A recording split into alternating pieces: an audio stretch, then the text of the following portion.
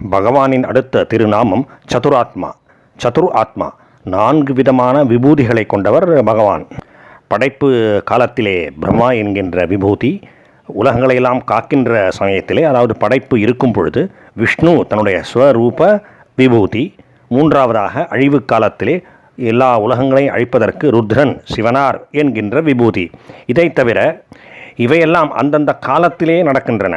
ஆகையினாலே அந்த காலம் என்கின்ற விபூதியும் அவர்தான். ஆக பிரம்மா, விஷ்ணு, சிவன் மற்றும் காலம், இப்படி 4 விதமான சிறப்புகளை, 4 விதமான ஆத்மாக்களை இயல்பை கொண்டவர் பகவான். அதனால் அவர் சதுராத்மா. இப்படி 4 விதமான விபூதிகளை கொண்டிருக்கின்ற ஸ்ரீ மகாவிஷ்ணுவுக்கு நமஸ்காரம். ஓம் சதுராத்மனே நமக. சதுர் வியூக, பகவானுக்கு 4 வியூகங்கள் உண்டு. வாசுதேவர், சங்கர்ஷணர், பிரத்யும்னர் மற்றும் அனிருத்தர் என்பவை அந்த 4 வியூகங்கள் ஆகும். எனவே அவர் சதுர் வியூக. இப்படி 4 விதமான வியூகங்களை கொண்டிருக்கின்ற ஸ்ரீ மகாவிஷ்ணுவுக்கு நமஸ்காரம். ஓம் சதுர் வியூகாய நமக. அடுத்த திருநாமம் சதுர்தம்ஷ்ர. பகவான் தான் 4 பற்களை கொண்ட நரசிம்மராக அவதரித்தார். அப்படி அவர் 4 பற்களை கொண்டு இருப்பதால் அவர் சதுர்தம்ஷ்ரக.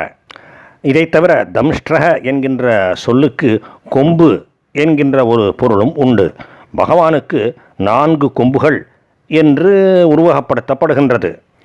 இதற்கு 4 வேதங்களுமே அவருடைய 4 கொம்புகள் என்று உரை கூறப்படுகின்றது.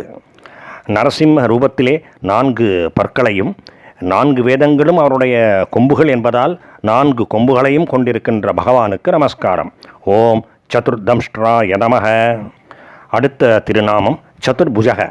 4 புஜங்களை, 4 தோள்களை உடையவர் பகவான். அதனால் அவர் சதுர்புஜக. இந்த 4 புஜங்களிலும் இருந்து தோன்றியிருக்கின்ற 4 கைகளிலே அவர் கதை, தன்னுடைய கௌமோதி என்னும் கதை, மற்றும் பத்மம் தாமரை மலர், மற்றும் பாஞ்சஜன்யம் என்கின்ற சங்கு, மற்றும் சுதர்சனர் என்கின்ற சக்கரம், சக்கராயுதம், இவற்றையெல்லாம் தாங்கியிருக்கின்றார். பகவானுக்கு எண்ணிறந்த தோள்கள் உண்டு, எண்ணிறந்த கைகள் உண்டு. ஆனாலும் இந்த சதுர்புஜ ரூபம் மிகவும் விசேஷமாக பக்தர்களால் கருதப்படுகின்றது, அப்படி தியானிக்கப்படுகின்றது. பகவானுடைய எண்ணிறந்த ரூபங்களிலே இது விசேஷமான ரூபமாகும். அப்படி 4 தோள்களை கொண்டிருக்கின்ற பகவானுக்கு நமஸ்காரம். ஓம் சதுர்புஜாய நமக.